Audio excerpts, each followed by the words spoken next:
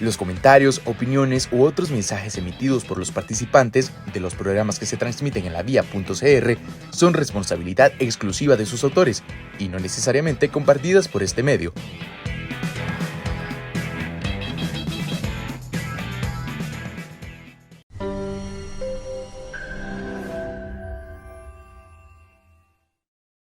Hola, bienvenidos a todos y todas a un nuevo episodio del podcast de Historia de Costa Rica. Mi nombre es Luis Martínez. Y yo soy Gabriel Cerdas.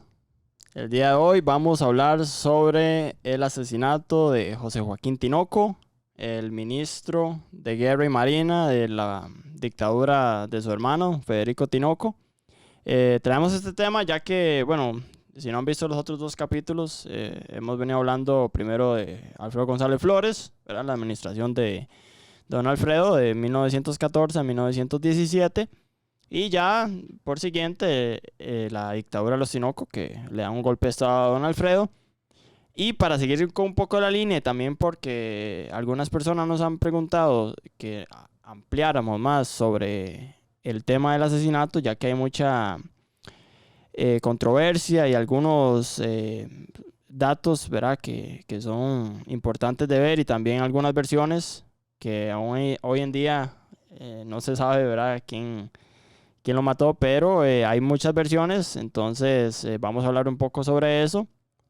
Y también queremos saber de ustedes, ¿verdad?, al final con cuál versión se quedan, ¿verdad?, qué les parece, quién lo mató, quién no lo mató y demás. Así que, bueno, vamos a entrar en este tema.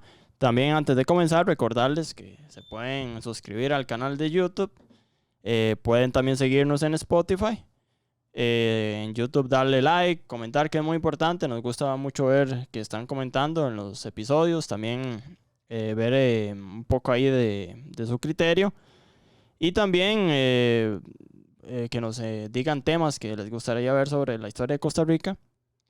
Y recordar que también en YouTube pueden ahora hacerse miembros por 600 colones al mes.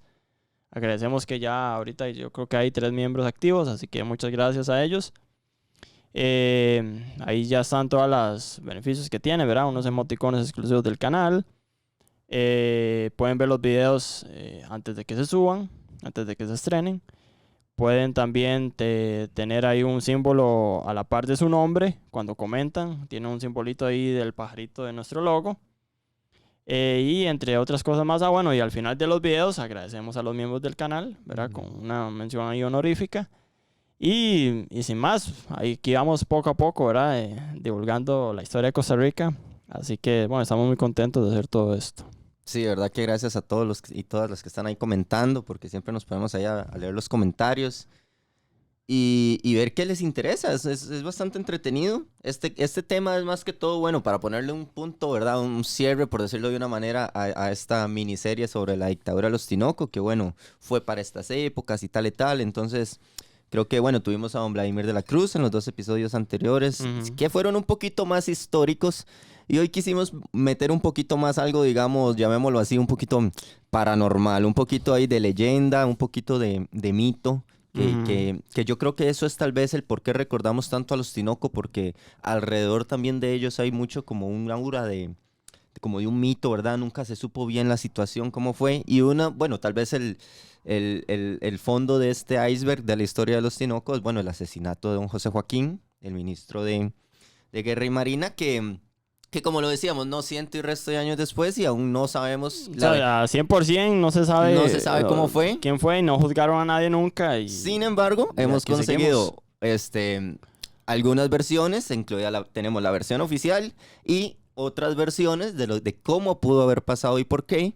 Y también vamos a incluir por ahí la historia de una espiritista costarricense muy amiga de José Joaquín, de la cual, bueno, tal vez hasta se menciona que pudo haber en algún momento sido parte o sabido de este evento, pero bueno, lo hablaremos ahora.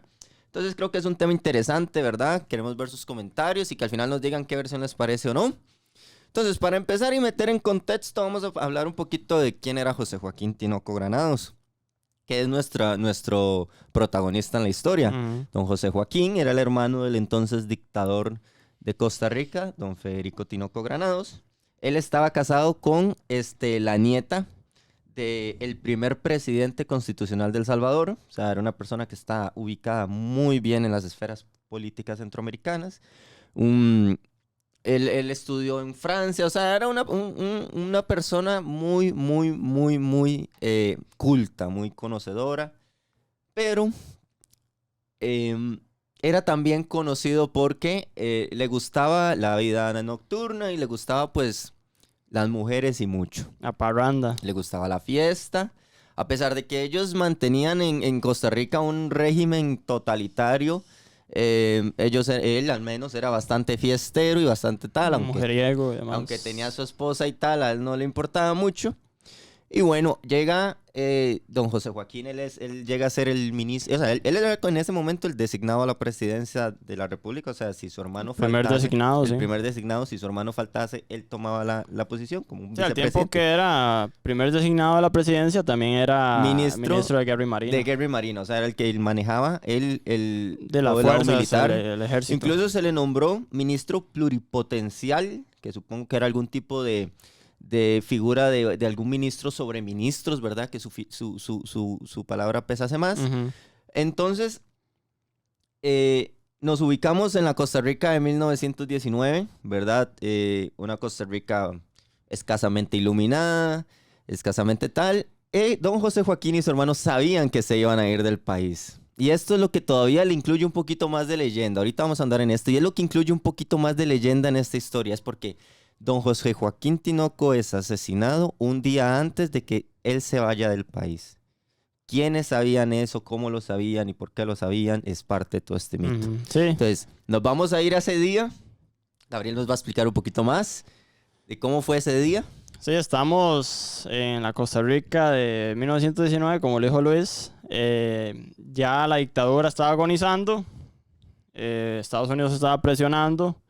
Las guerrillas ya habían hecho lo suyo también. Los profesores, los estudiantes, todos estaban presionando contra el régimen.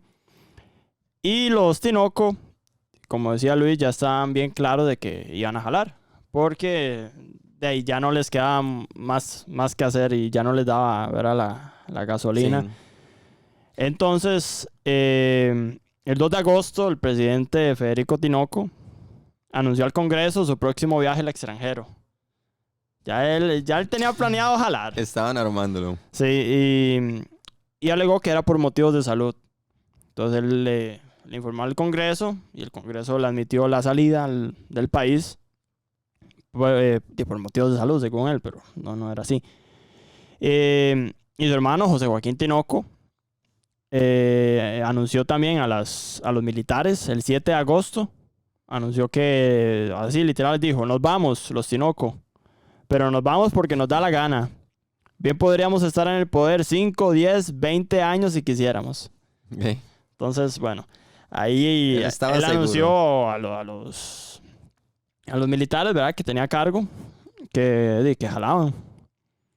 Así llegamos al 10 de agosto. Entonces podemos ver que, ¿verdad?, que los Tinoco ya tenían bien planeado que jalaban del país. Entonces llegamos al 10 de agosto, en víspera de la partida de Federico Tinoco y de su hermano. El presidente, Federico, celebró un almuerzo de despedida en su casa de habitación. Concurrieron al banquete los últimos principales colaboradores del gobierno y sus amigos más allegados, en un ambiente sombrío que ni el vino ni la magnificencia de la mesa lograron animar. Entonces ya obviamente había tensión, los amigos que les quedaban, y ahí, ¿verdad? Ahí estaban porque eran compas. Correcto, es porque, o sea, situémonos en que ellos sabían que al día siguiente iban a huir del país. No, y me imagino ya que, o sea, tal vez la gente esa que estaba con ellos sabía que se iban, pero no creo, tal vez tenían que ser muy, muy allegados para decirles que ya se largaban. Tomemos en cuenta que, por ejemplo, todo el tema del quema de información y todo esto, desde el periódico de información, o sea, todo el estallido social había pasado hace 2 meses de este momento, o sea, todo el desmadre. Estaba crudo. Entonces, de ahí esa gente estaba ahí, tal vez algunos de ahí como esperando ahí que volvieran, o no sé, ¿verdad? Pero de ahí nunca pasó eso. Ya al caer la tarde, el domingo, fue un domingo, ¿verdad? El 10 de agosto, Joaquín Tinoco regresó a su residencia, entonces, elegante mansión en Barrio Amón, que aún todavía está la casa, vamos a ponerle una imagen ahí. La casa está intacta ahí en Barrio Amón. Bueno, intacta no sé, pero me imagino que hace 100 años sí, estaba, ¿verdad? Casi... No, pero está bastante parecida. Sí, sí. Pero bueno, ahí está todavía la casa, si la gustan visitar. Después de haber asistido, regresó a la casa, ¿verdad? En Barrio Amón, José Joaquín, a su casa de habitación. Después de haber asistido a una reunión con la espiritista en Guadalupe, que era muy famosa en ese momento, una espiritista, una medium, Ofelia Corrales.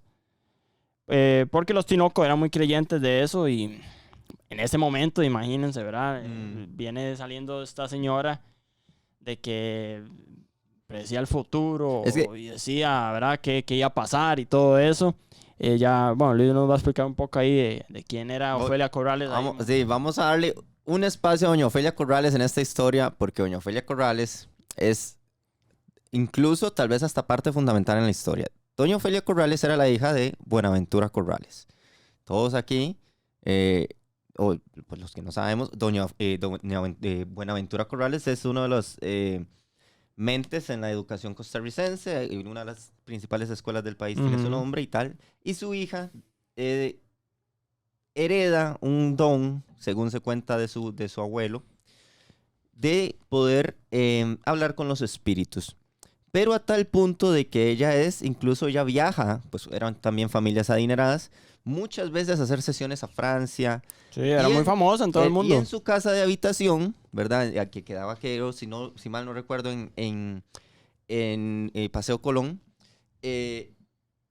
doña Ofelia recibía a personalidades como Roberto Brenes Mesén, don Alberto Brenes Córdoba, que ha sido uno de los principales juristas de nuestro país. Entonces era muy normal que muchas de las principales figuras de la política costarricense, en vísperas de grandes decisiones, fuesen donde doña Ofelia.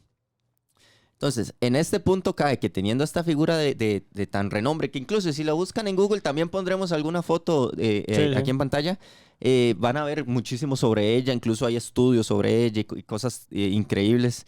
Ella, lo que se dice es que es realmente la única persona que sabía las intenciones de los Tinoco, porque José Joaquín le confiaba la información. Incluso por mucho tiempo se rumoraba que ella podría haber filtrado esa información para saberlo, pero bueno, al final esas son como ideas, especulaciones, cuestiones que salen. Pero entonces quedamos en que doña Ofelia estamos hablando de que el día antes, o en el día más importante tal vez de la vida de los Tinoco, el mismo día, él decide ir a visitarla y bueno, saliendo de ahí, continúa la historia. Sí, saliendo de ahí, en ese momento en la Costa Rica, ¿verdad? En 1919, a las 6 de la tarde no había ni una mente en la calle. O sea, de la poca luz que había en ciertas... Algunos lugarcitos. Los postes ahí que habían con luz, los faroles esos. No sé, uno también a veces se pone a pensar, ¿verdad? Cómo era caminar por esas calles, porque debe ser un ambiente ahí, ¿verdad? De silencio, no sé. Tal vez una carreta por allá. Sí, un poco ahí los pocos carros que habían en ese momento, pero más que todo eran puros caballos, ¿verdad? Que serían el transporte, carruajes. Entonces, el general, José Joaquín Tinoco, se dice que estaba impaciente. Algo bullía en su mente. Sonó el teléfono, ya en su habitación, y Joaquín, presuroso, levantó el aparato para contestar inmediatamente. Contestando, dice, sí, voy enseguida. Muchos han especulado sobre la identidad de esta llamada. O sea, todavía no se sabe quién lo llamó o por qué. Pero se dice, él estaba con los familiares y todo, que él agarró el teléfono y, ¿verdad? Se veía un poco ahí como un poco tenso, no sé. Apresurado, una llamada preocupante. Y bueno, José Joaquín se puso el chacó, tomó el fuente que solía llevar en las manos y salió acompañado de su hijo, quien lo despidió con un beso en la puerta del garaje. Algo debió presentir el niño porque le pidió al tuerto Valverde, detective del gobierno, que estaba en la esquina, que acompañara a su padre. Bueno, ahí podemos ver también que había ahí, me imagino que sí, tenían ahí bueno, que había un detective, ¿verdad? Fuera de la casa, no sé, ¿verdad? Me Sí, imagino como que tenían su seguridad su ahí. su protección. Pero el general rechazó la compañía diciendo, no, solo voy a adelantarme al encuentro de Moura, que era su chofer. Morúa, perdón. Que no ha de tardar. Prometiendo regresar a comer con su familia. Y se alejó paso a paso subiendo la pequeña pendiente de la calle Tercera hacia la avenida Séptima, golpeándose con el fuete en la bota, pensativo al encuentro de su destino. La noche era tranquila y tibia, el silencio profundo y no había un alma en las calles del señorial barrio Amón. Al desembocar en la esquina, una voz salió del callejón. De la puerta de una casa de adobes llamó: «Mi general». Tinoco apenas tuvo tiempo de volver a ver hacia el desconocido y de llevarse instantáneamente la mano a la altura del revólver cuando estalló el fogonazo de un disparo hecho a bocajarro. La bala le penetró como una pulgada abajo del ojo derecho, la cabeza, Y lo pegó. y a bocajarro. No. Atravesó el cerebro y salió por la parte posterior de la cabeza. La muerte se produjo instantáneamente. O sea, literal alguien salió de una casa o de... Bueno, esas casas antes tenían su entradita así, ¿verdad? Y estaba la puerta. Alguien le salió imagínense eso, oscurísimo, o sea, no se veía nada. Alguien le salió de ahí, lo llamó y me imagino yo así en la pura cara y... Ya estamos. O sea, nada, o sea, le dio en la cabeza y muerto. El asesino huyó corriendo hacia el este por la avenida Séptima. Después de disparar 2 tiros al aire que frenaron a 2 guardaespaldas del general que llegaban precipitadamente después de haber oído el disparo fatal.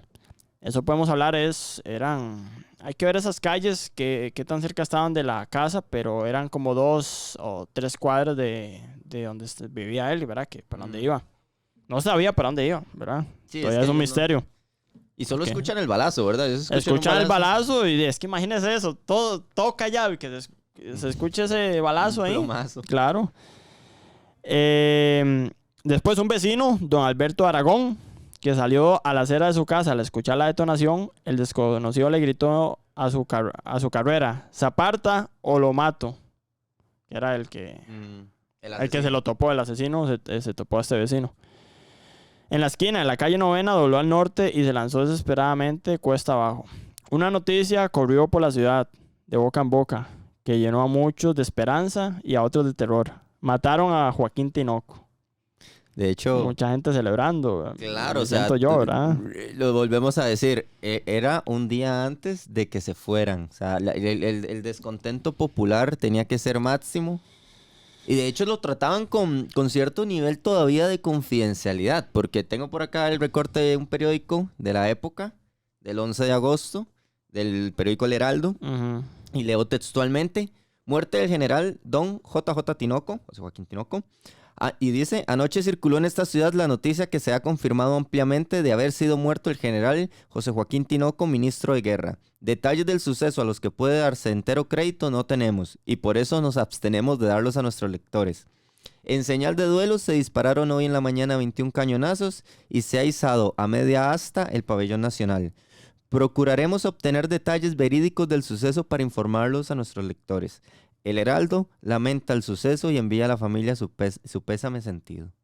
Y aún estamos esperando Y aún el estamos avance. esperando Después de 100 años. los detalles Sí. verídicos del suceso. Sí. Bueno, 17 días le faltaban al general Tinoco para cumplir 39 años de edad. O sea, estaba joven. Bastante ¿verdad? joven. Estaba joven. También dicen, bueno, obviamente ahí como ahora vimos que era un poco mujeriego y todo, dicen que era muy apuesto, ¿verdad? Era tipo. Ujú. Entonces de ahí se hizo sus amoríos. De hecho, aquí en este libro pues, lo mencionan un poco, lo tratan de caracterizar, diciendo que era como las señoras decían: una belleza de hombre, apuesto de verdad, poseía unos ojos negros de mirada intensa, que en su familia son heredados, un bigote pequeño y una diminuta mosca bajo el labio inferior. Todo ello armonizado dentro de un extraordinario don de gentes. Vestíase además de una manera perfecta, eran notables sus uniformes vistosos y sobrios a la vez, y el chacó, emplumado o no, le sentaba de maravilla. Para las grandes celebridades llevaba tricornio, y con frecuencia calzaba botas Federicas sobre pantalón blanco, como el Kaiser. Por lo demás montaba divinamente, tiraba al blanco mejor que nadie y sabía saludar como Proust. Asegura que lo hacía únicamente el príncipe de Sagán. Esto dice Francisco Marín Cañas en los asesinatos políticos. O sea, él era no solo, como decimos, no solo era una persona súper refinada porque eran las clases más altas que habían en este país. O sea, claro. pocas clases más altas que la Sí. de él. Como digo, estaba casado con la hija del primer presidente de El Salvador. Hasta desde el Falco quisieron de dinero ¿verdad? Pues en el país. O sea, imagínense, ¿verdad? Toda la plata Lo que se pudieron haber llevado de ellos Claro. mismos. Bueno, y al final, para ya entrar ahí con Las versiones. las versiones, los funerales se efectuaron el lunes, ¿verdad? El día siguiente. Que, bueno, esto fue en la tarde, ¿verdad? 6, 7 de la tarde del domingo. El lunes a las 10 de la mañana, una hora antes, el cadáver fue trasladado a la casa habitación de la víctima, al salón de sesiones del Poder Legislativo, donde el licenciado Astúa Aguilar pronunció una sentida oración fúnebre, recordando que apenas horas antes aquel hombre poderoso, joven y lleno de vida había estado en aquel mismo sitio, siendo el foco principal de la atención de todos los presentes. Entonces ahí le hicieron todas las obras fúnebres el lunes, un día después, unas horas más que todo. Ahí pondremos una foto también en pantalla. Y después de esto, de ahí el presidente Federico Tinoco, de ahí ya ellos tenían planeado irse, pero después de que mataron al hermano, de ahí salió en carrera prácticamente. Porque claro, ya no podía hacer nada. O sea, y también digo yo que... están matando al ministro de Guerra y Marina. Sí, o sea... A 300 metros de la casa. Además de que me imagino que él también sentía miedo, digo yo, de que también lo ultimaran, no sé, ¿verdad? Entonces, un día después de las honras fúnebres, ¿verdad? De José Joaquín Tinoco, Federico Tinoco, aún bajo la terrible impresión de los últimos sucesos, ¿verdad? Obviamente, y era el hermano y el ministro de guerra, tomó el ferrocarril que lo llevaría al puerto de Limón para embarcarse en el vapor Zacapa, rumbo a Jamaica. De allí viajaría a Europa. Lo acompañaban, además de sus más inmediatos familiares, algunos amigos y colaboradores del gobierno: don Roberto Tinoco, don Enrique Clark, el general Samuel Santos, don Guillermo Tinoco, don Jorge Lara, don Francisco Soler, don Franklin Jiménez. El séquito entre amigos y parientes ascendía a 31 personas. O sea, literal, este mae llenó el vapor. Se llevó al y se llevó a la familia, mae, a los amigos y todo a Francia, a París, se fueron. Bueno, no sé si alguno los dejó ahí, sí, ¿verdad? Pero de que lo sacó del país. Se lo sacó. A pesar de las minuciosas precauciones tomadas en Cartago, la multitud se agolpó alrededor del tren y lanzó inventivas e injurias hacia el presidente que iba rumbo al exilio. Ahí en Cartago, ¿verdad? Le mentaron la madre. Sí, claro. Se dieron cuenta que iba jalado y lo celebraron. Se dijo que Tinoco suplicó al general Quirós, que fue el primer designado que quedó a cargo, que no diera libertad a los presos políticos mientras él se encontrara en territorio nacional. O sea, que no soltaran ningún más porque se lo apiaba. Y por eso no fue hasta la mañana del 13 de agosto, cuando don Federico ya navegaba mar adentro, cuando regresaron a sus hogares los hermanos González Flores, los Acosta García y el doctor Ramón Zelaya, y más de un centenar de presos políticos. O sea, Alfredo González Flores apenas vio que esto me jaló y dice, sí, claro. Voy cayendo. Voy para como alacrán de techo. Después de 30 meses la tiranía había caído. O sea, ya por ultimado José Joaquín Tinoco y jalado Federico Tinoco, no había nada más que qué hacer. Ya la tiranía había acabado, habían dejado a Bautista ahí como primer designado, pero no era lo mismo. Al final de ahí, Federico Tinoco, como lo habíamos dicho en los capítulos anteriores, se llevó $100,000 de los fondos públicos a París y ahí vivió sus últimos años. Y José Joaquín Tinoco lo matan. Ahora vamos a hablar de las versiones que hay sobre las personas que dicen que pudieron haber matado a José Joaquín o que no. Aquí es donde, digamos, ya teniendo el contexto de cómo llegamos aquí, bueno, ellos se van, o sea, bueno, Federico se va al día siguiente, pero bueno, hay un asesino suelto en San José. O sea, más allá de a quién mató tal... ¿Asesino, héroe o villano? ¿Verdad? Es que exacto, o sea, no sabían ni cómo tratarlo, porque incluso se decía quién lo mató para felicitarlo o quién lo mató para enjuiciarlo. Sí, porque al final de ahí mató literal al que los había tenido varias gente bajo el zapato, ¿verdad? Entonces, De hecho, me gusta mucho una como caracterizan aquí, dice que si Federico Tinoco era astuto, como así, calculador, que José Joaquín era todo lo contrario, era la mano firme, la mano fuerte, y quien probablemente era quien estaba detrás de toda esa cantidad de presos políticos, ¿verdad? Claro. Entonces, bueno, textualmente vamos a leer la versión oficial de los hechos, o sea, lo que básicamente quedó escrito, y si alguien viene de otra parte del mundo y pregunta, pues esto es lo que se le dice, ¿verdad? Hay la teoría, bueno, esta información, ¿verdad? La tenemos o la usamos de fuente un libro muy bueno que vamos a poner los detalles en la descripción. Sí, fueron algunos, bueno, este es... ¿Verdad? Pero aquí también sacamos ideas de otros lados, lo ¿verdad? había mencionado, sí, los Tinoco. Buenísimo. De Eduardo Conitrillo. También hay otro que, bueno, también saqué un poco de información ahí que se llama Los Expresidentes. De Harold Bonilla. Okay. Pero, o sea, hay muchas fuentes, ¿verdad? Pero este es uno muy bueno. Que creemos que tal, y bueno, ahí vamos a dejar el nombre por si lo pueden conseguir. Y cita, bueno, y era la pregunta, ¿quién se atrevió a disparar contra el temible Joaquín? Diestro tirador de pistola. ¿De quién era fama que lanzaba monedas al aire para hacer el blanco exacto de ellas? O sea, el man tiraba monedas y ¡ta! ¿Verdad? Como le digo, no solo era una persona que era en sí mismo culta, refinada y tal, sino que es que le gustaba demostrarlo. A él le gustaba demostrar. Sí. O sea, su actitud era complicada. ¿Quién osó tan arriesgada maniobra? ¿Un enemigo del general? ¿Cómo era posible que Tinoco muriera de una manera tan fácil? ¿Cómo sabía que ese hombre misterioso, que justo Tinoco iba a pasar? Por eso es que la pregunta era, ¿cómo tenían esa información si vivíamos en un momento donde nadie podía saber nada? Por eso...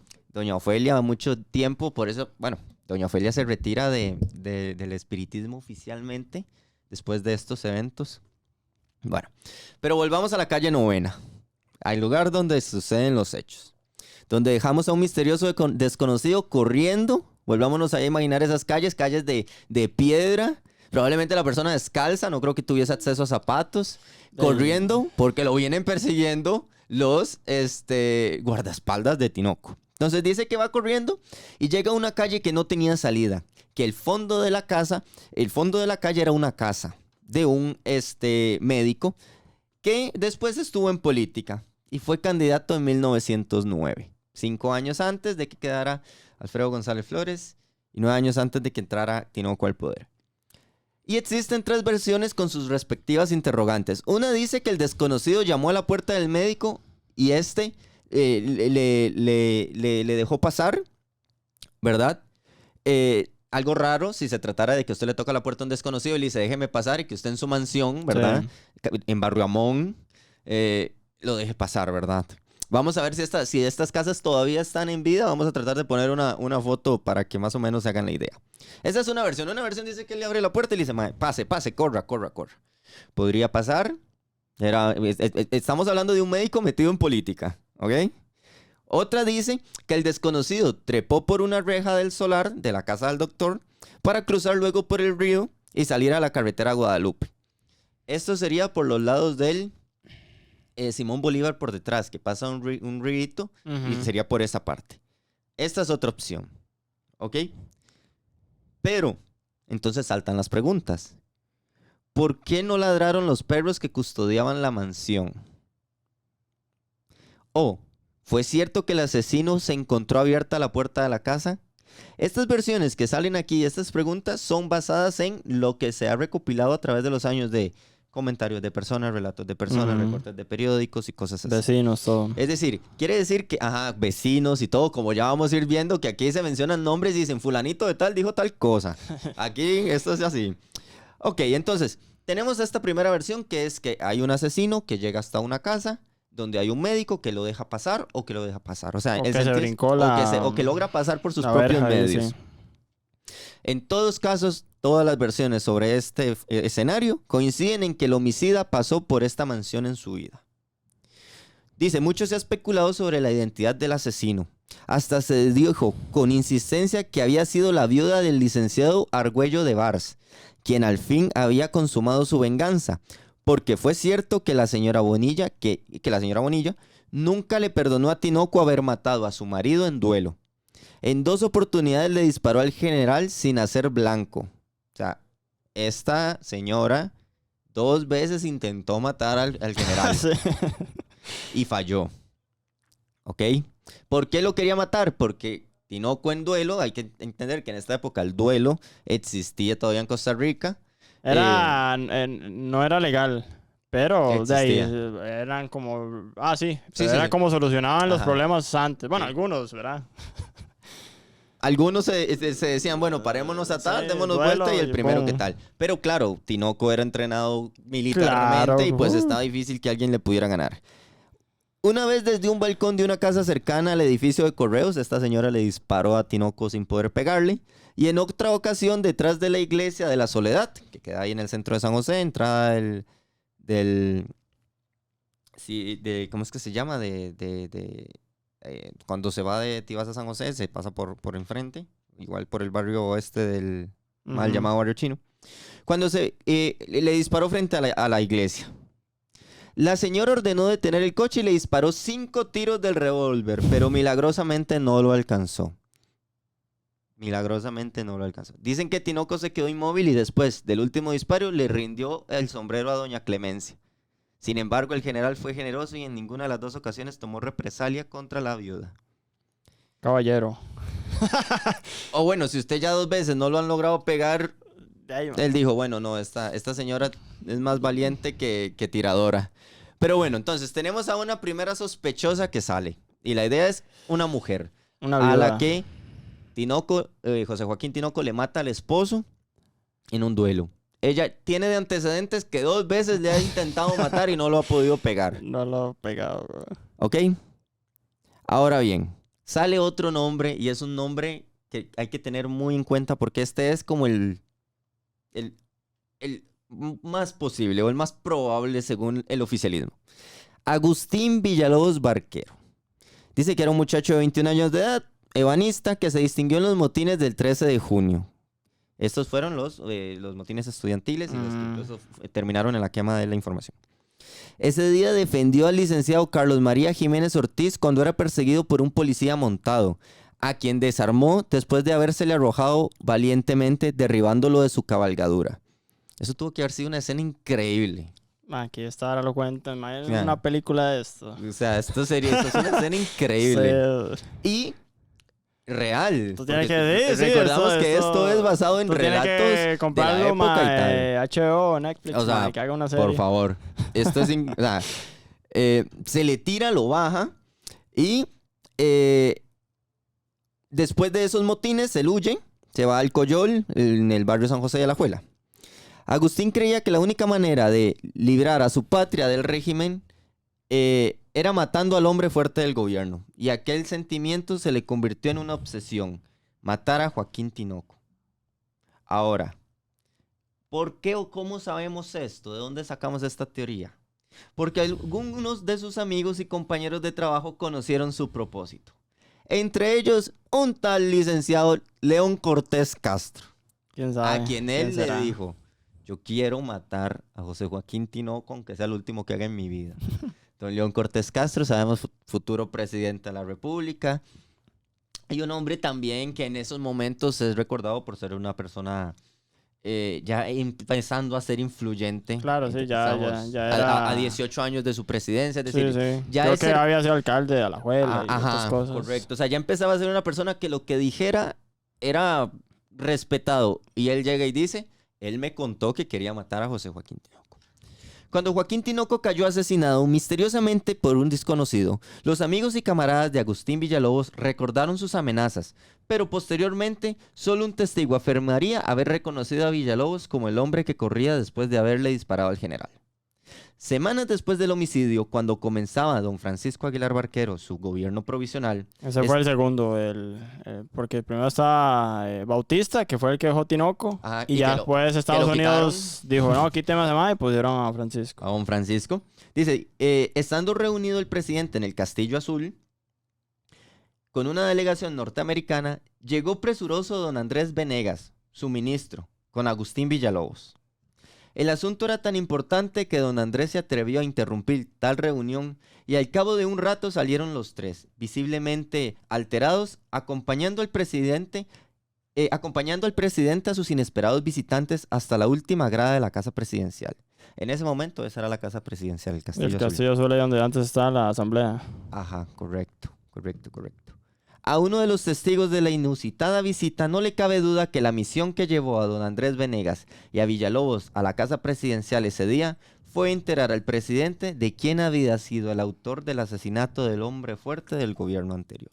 O sea, una persona que estuvo en esa reunión vio esta escena y dice, fue Villalobos. Yo lo vi entrar y por sus caras y sus actitudes era que definitivamente le estaban contando al presidente lo que pasaba. Luego continúa, don Alejandro Aguilar Machado cuenta que don Julio Acosta, todos conocemos a don Julio Acosta, ¿verdad? Sí, el presidente después de la dictadura, que queda ya electo presidente, y Correcto. fue uno de los que estuvo en contra del gobierno y liderando las guerrillas que... O sea, yo le creería a don Julio Acosta si a mí don Julio Acosta me dice algo.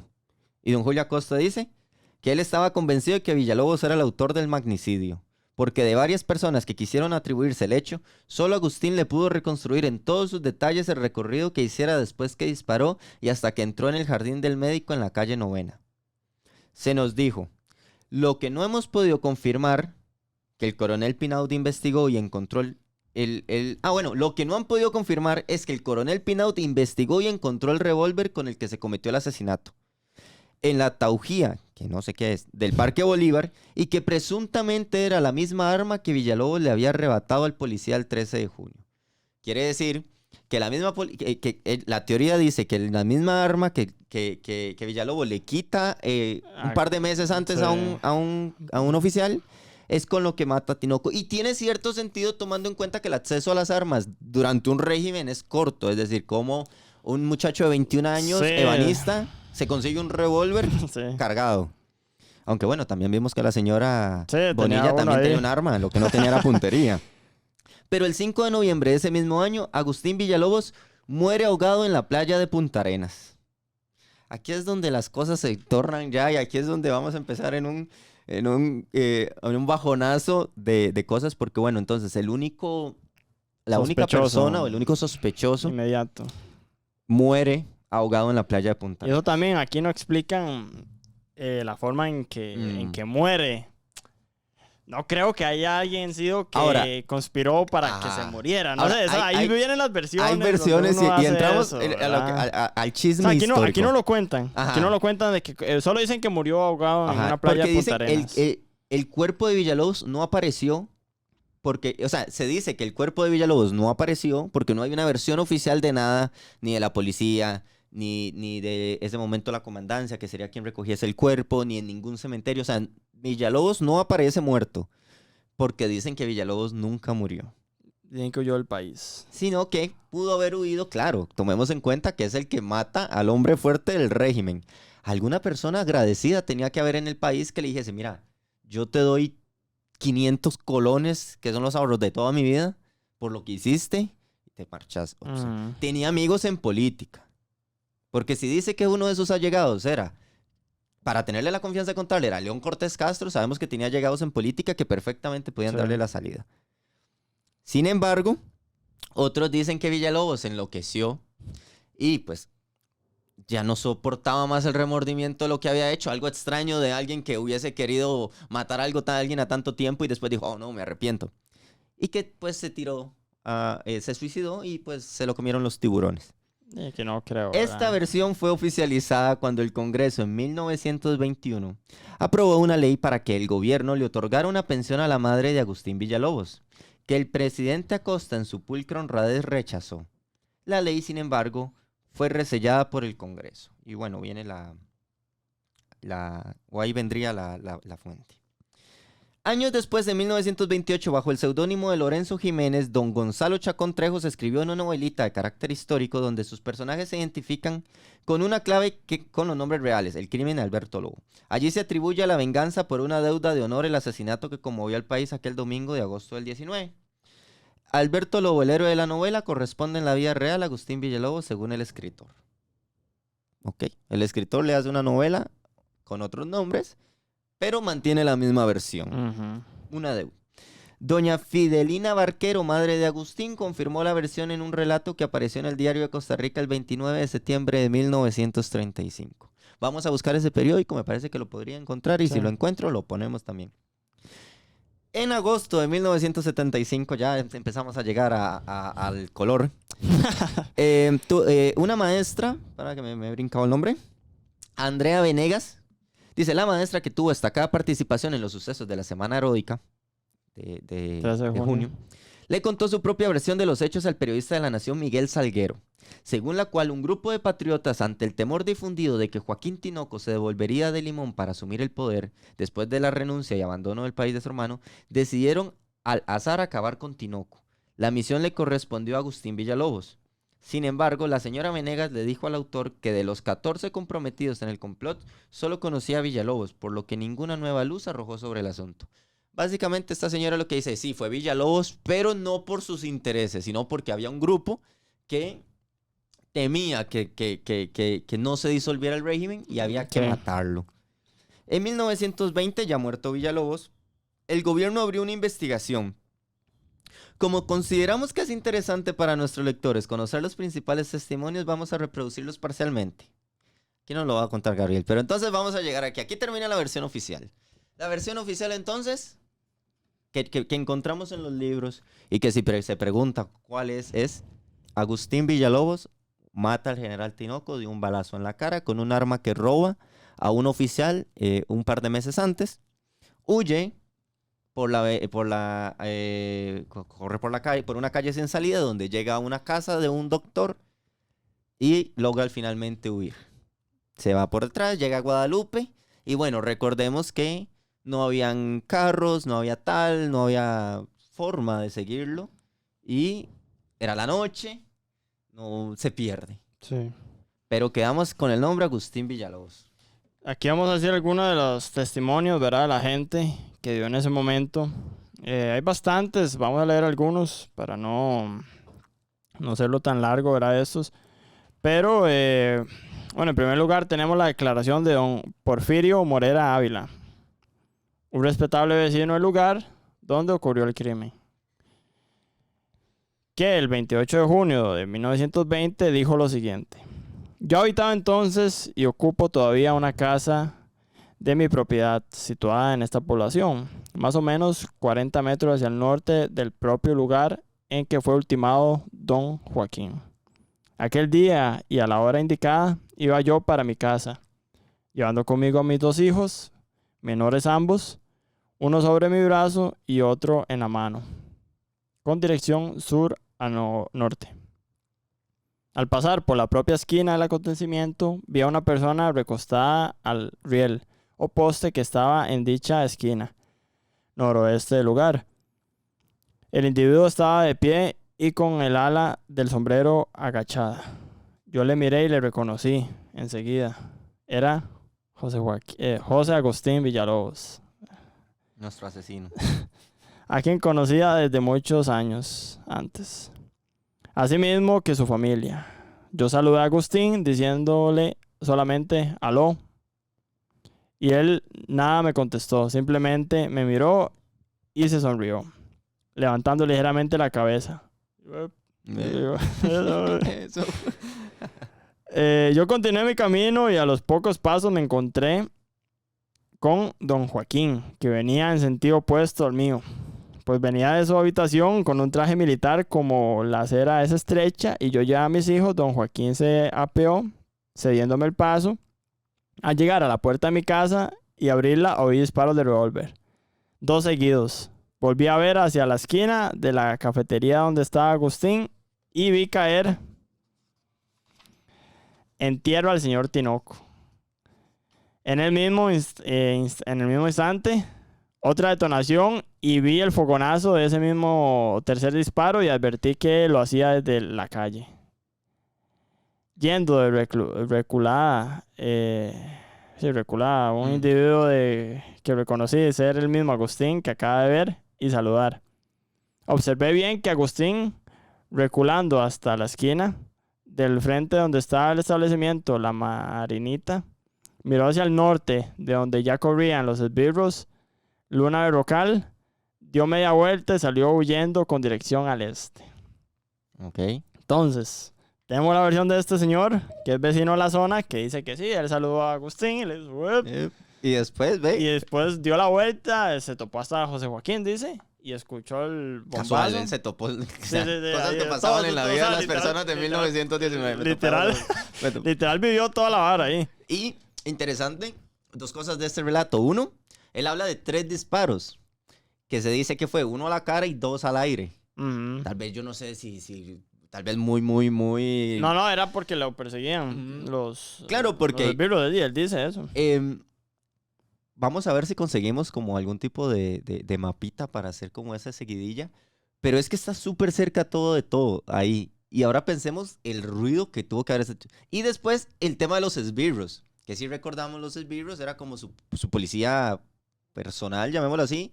Sin compararlo con ninguna otra de otros regímenes. Sino era como algo más personal. Se podría decir que es como la policía presidencial o pero bueno, le llamaban los esbirros, ¿verdad? Sí, aquí, bueno, ya que hay otros relatos, ¿verdad? Que son allegados a Villalobos, ¿verdad? Que dicen que... De algunos que lo conocían, ¿verdad? Que él tenía un revólver. Algunos dicen también que sabían la obsesión, ¿verdad? De cómo venía al taller, porque él trabajaba, ¿verdad? Ebanista. La obsesión que tenía, ¿verdad? Contra José Joaquín, dicen algunos allegados. También, bueno, aquí hay una declaración de don León Cortés, ¿verdad? Que fue futuro presidente de Costa Rica.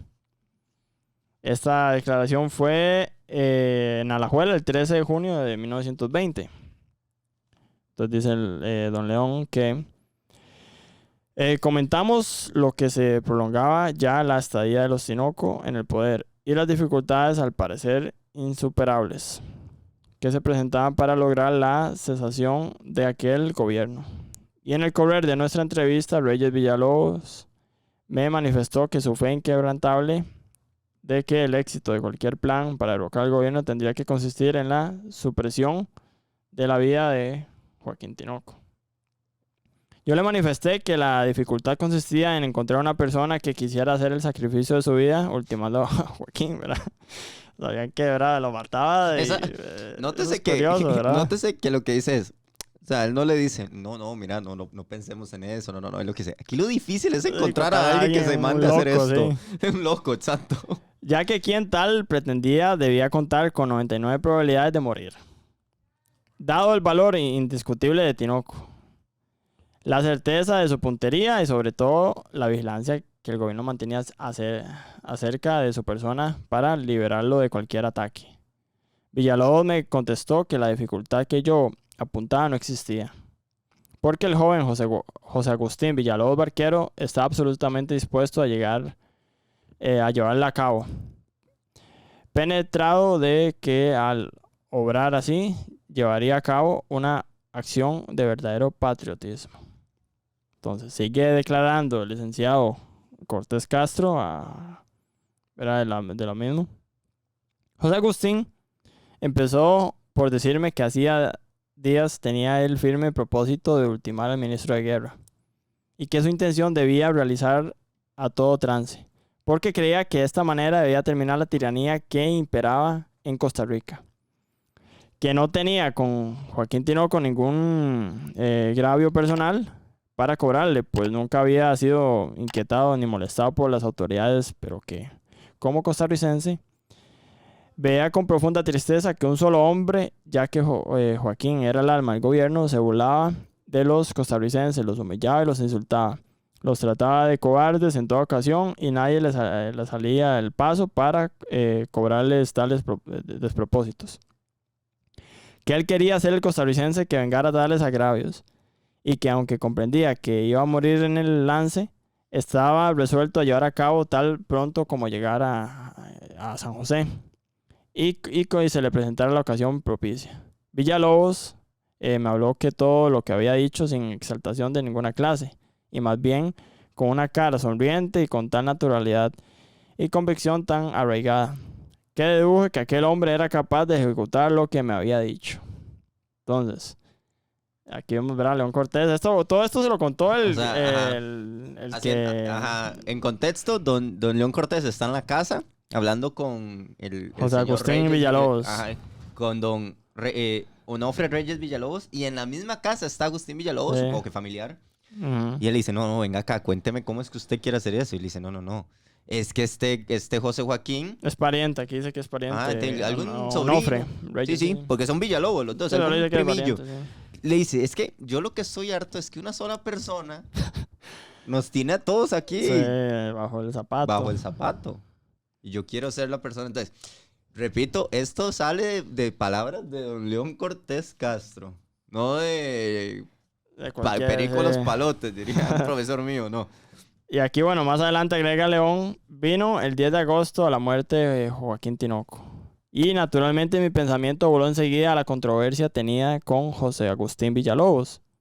Y dio la casualidad que como el 14 o el 15 del mismo mes, habiendo llegado yo a la ciudad de San José por el tren de las 2 de la tarde, me dirigí al centro de la calle, de la ciudad por la calle de la estación, y sentado en uno de los parquecitos se encontraba José Agustín cuando yo iba por la acera. Al verme, se dirigió inmediatamente a mi persona, me saludó y apretándome fuertemente la mano me dijo, ya ve que ejecuté mi plan y milagrosamente estoy vivo. Conversamos como un cuarto de hora, me dijo a la ligera los detalles del suceso y me suplicó la mayor reserva. Bueno. Esto lo dice don León Cortés Castro.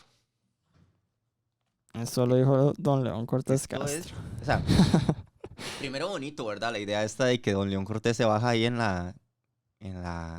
el Atlántico, va bajando ahí Ahí va tranquilo, ahí Caminando. pasó ese huevón. y se lo topa y dice, uy.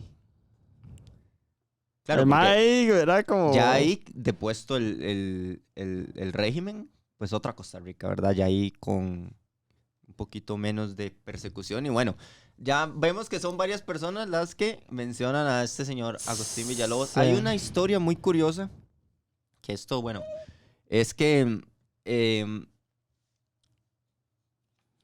una de las grandes controversias que hay sobre este asesinato también radica en que ¿quién hizo la llamada? Porque Agustín Villalobos no podía haber realizado esa llamada. No tenía forma de haber realizado esa llamada. No, no. No había, vivía no cerca, habían no había teléfonos celular, públicos. no habían teléfonos públicos. O sea, tuvo que haber otra persona. Y eso Y es sí, que no se sabe al final. y es que eso sí, porque, a ver, no me parece lógico que Agustín estuviese ahí, así recostado, toda la tarde diciendo a la que pase, sino que empieza a saltar la idea de que tenía que haber sido varias mentes detrás de esto, Sí. porque hay una llamada, se habla de quién, pero ¿cuál fue la llamada que hizo salir a José Joaquín?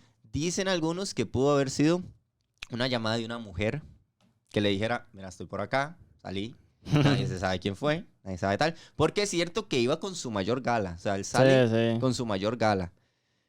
Pero bueno, Y ¿cómo llegó ahí? aquí, bueno, y aquí hay algunas personas que dicen que, o sea, que vivieron cerca de los sucesos y que dicen que, bueno, que no se imaginan que que Agustín Villalobos hiciera eso, que era un muchacho sano, incapaz de cometer crimen. También, bueno, hay otra versión que dicen, bueno, aquí en este libro, ¿verdad? De los Tinoco, que para muchos es la verdadera. Aunque don Joaquín Tinoco Lara la califica de ingrata. Don Joaquín Tinoco Lara era el hijo de José Joaquín Tinoco Granados. Una semana después del misterioso asesinato del general, otro crimen se cometió en San José. El domingo 17 de agosto de 1919, como a las 9 de la mañana, después de una acalorada discusión, un marido celoso mató a su esposa de 2 disparos de revólver. El homicida, íntimo amigo de Joaquín Tinoco, por ese tiempo ocupaba un cargo oficial de carácter violento e irascible. Había amenazado a varias personas con su revólver a su esposa, de quien tenía 3 hijos de corta edad.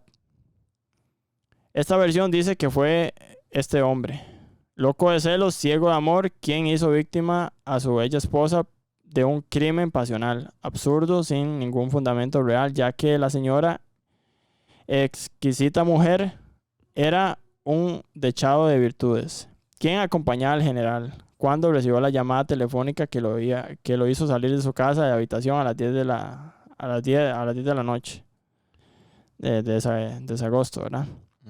Mientras el general se preparaba para salir de su residencia, nuestro sujeto rodeó a toda prisa la cuadra y apostó el hueco de la puerta de la cafetería situada en la esquina de la calle Tercera con la avenida Séptima.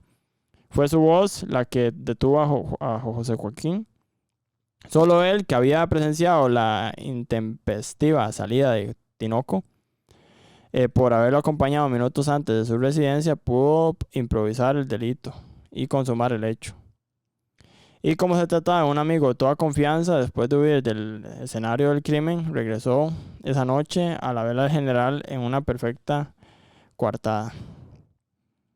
Entonces, este era amigo de Tinoco, pero también al parecer estaba metido con la esposa. Con la esposa. No se crea que esta versión no tiene ningún fundamento y que tan solo una trama novelesca. Los hechos tienen una base real. El autor de la versión, un vecino de la casa de Tinoco, dice que fue una hermana de la víctima quien se la relató y tuvo que guardar bajo juramento el secreto hasta la muerte de la señora. Hay muchos nombres y detalles que la prudencia nos obliga a reservarnos. Existen otras versiones que atribuyen a diferentes parientes del general su muerte por venganza o por cobro de honras, que aquí hemos omitido por desconocimiento de las pruebas o bases sólidas. Entonces, es súper interesante. Hay muchas versiones. Esa Agustín Lara, Agustín Villalobos. Yo siento que es como la más fuerte, aunque también están estas, ¿verdad? Que literal dicen que... Porque incluso hay una estoy viendo aquí de Sigifredo Tinoco Robles. Lo que habla que fue una deuda por dinero, nada más. Un sicariato. De 1919. No más ni más. Sí, o sea, hay versiones de versiones. Estas son como las más digamos, estudiadas. Esta versión, bueno, voy a leerla en 30. Este cuadrito aquí, que es de un Sigifredo Tinoco Robles, que aunque fue hijo natural de don José Joaquín, dice, se crió muy cerca del general y su esposa, no, aunque no es hijo natural, me parece, porque pues, el resto de las cosas se explican tal.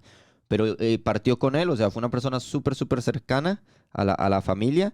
Dice, aclaró lo siguiente. Días antes del 10 de agosto de 1919 y ante la inminente partida de la familia para Europa, don Fernando Castro Cervantes depositó a la orden de don Joaquín la suma de $20,000, que era la participación del general en la hacienda Coyolar. Este dinero nunca lo pudo recobrar la familia, ya que por haber perdido dicho banco el litigio contra el Estado, cuando el gobierno de Costa Rica no reconoció las negociaciones entre el banco y la administración Tinoco, el Royal Bank de Canadá, y que tampoco reconoció la deuda. Además nos contó el señor Tinoco Lara que su padre, después de haberse independizado de su abuelo, con quien trabajaba en las plantaciones de Juan Viñas, se dedicó a hacer fincas de banano en el Atlántico, Don Joaquín, o sea, llega el punto de que es por $20,000 que quedaron perdidos. y lo mandan a matar. La verdad que empieza a explicar un poquito todos los negocios, y lo mandan a matar. O sea, quedamos en que entre las versiones oficiales y las versiones no oficiales hay un mundo de distancia. La versión oficial habla casi de un acto heroico. Y es algo interesante de notar, que podemos ahí ponerlo un poquito ahí el tema a la mesa. Nos lo quieren pintar casi como un muchacho que hizo un acto heroico por la libertad de nuestro país, harto del Madrid. Que está bien, pudo haber pasado así, no lo dudo, y creo yo que pudo haber sido así.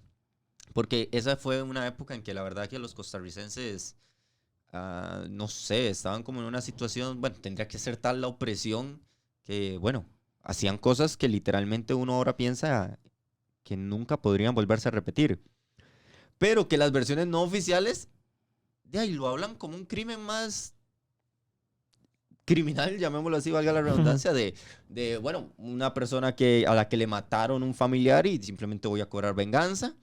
O la señora del principio que falló 2 veces intentar de matarlo, que tal vez contrató a alguien. Le digo, no, hombre, en lugar de estar pagando, es mejor pagarle. Imagínese usted en esa época. Entonces, que dicen que era con el banco, Royal Bank de Canadá. O sea, era una deuda de $20,000. de $20,000. O sea, literal, el Tinoco se llevó 100,000 y eran 20,000. Dicen que sí, que... Bueno, aquí Nogui Fernández niega que la persona que asesinó a Joaquín Tinoco fuera Villalobos o algún otro de los indicados en el caso. Su versión coincide con la de Joaquín Tinoco Lara, que el asesino fue probablemente un extranjero pagado. Porque también, bueno, son como las cosillas. Entonces ahí sigue, ¿verdad? Que quedan, ¿verdad? Sí, aquí al final queda... muy posiblemente que quede como uno de los grandes misterios de la historia de Costa Rica. De hecho, bueno, y como para agregarle un poquito ahí de cosas, son muchísimos los relatos de personas que caminando por ahí han visto sombras. Hay algo muy peculiar con José Joaquín Tinoco, y es que decían que las botas de él, lo que usaba para montar, pegaban la bota. Entonces, ese sonido, es muchísima gente la que dice haberlo escuchado. Y se habla casi que de que él se quedó ahí, ¿no? De que su espíritu tal quedó ahí rondando, y muchas personas, y sobre todo gente que pasa por ahí mucho, lo mencionan. Y que creo que es como la forma más romántica de terminar la historia de la dictadura, en el sentido, bueno, con esa pizca de misterio, sí, claro. como de mística, ¿verdad? De decir, bueno, pudo haber sido algo tan sencillo como, bueno, usted me dé plata, le pagué a alguien y justo te maté el día antes, o sea, fue como que tal. Sí, o sea, ya se me va y necesito sacarlo. Sí. Que eso también haría entender muy bien el por qué la prisa de él al recibir una llamada y salir. Tal vez le dijo, mira, necesito hablar con vos, mira tal y tal cosa. O tal. Sí, también. Hay muchas cosas. Es que son... o sea, uno se pone a pensar y... O sea, que muchas versiones concuerdan, pero de ahí, al fin no se sabe quién, porque no se juzgó. Si don León Cortés Castro dijo que era Villalobos, uno le deja muchas dudas, porque sí, dice, bueno, también. son figuras muy, muy, muy importantes, pero... Pero también el hijo de Tinoco está diciendo que él dice que él cree que es por lo de la deuda esa. Correcto, o sea, su propio hijo dice, no, esto fue simplemente que... Porque tal vez ya él se había dado cuenta de algún contexto, una cosa así. Pero bueno, yo creo que lo que más nos gustaría leer en los comentarios, cuál versión les gusta a ustedes, o si conocen otra versión que tal vez no la tocamos nosotros. Repetir otra vez, porfa, el libro. Sí, Eduardo Conitrillo García, Los Tinoco. Librazo, recomendadísimo. Sí, de ahí aquí lo mejor para saber toda esta historia. Creemos que es como de los libros más confiables para mencionar. Entonces, pero si alguien conoce otra historia o tal, ponerla en los comentarios. Sí, también recuerden suscribirse, darle like en Spotify, seguirnos, darle 5 estrellas, compartir todo este contenido con personas que ustedes creen que les vaya a gustar todo esto que estamos hablando. Y nada, bueno, a los miembros muchísimas gracias por estar ahí. Ya hay uno que tiene un par de meses, otro que anda también por ahí. Entonces muchísimas gracias, de verdad, porque más allá de todo, pues nos demuestra que lo que estamos haciendo les gusta, y que sobre todo nos dejen temas Porque queremos traer temitas, entonces dejen los temas ahí. Sí, tal vez lo que más creen que ustedes les vaya a interesar. Al final, bueno, estos temas obviamente nosotros tomamos en cuenta algunas recomendaciones de ustedes y las traemos. Pero siempre es importante ver, ¿verdad? Otros puntos de vista. Y de ahí sí. Y nada, muchísimas gracias. Y nos vemos la próxima semana. Listo. Hasta Por luego. hoy ya. Gracias.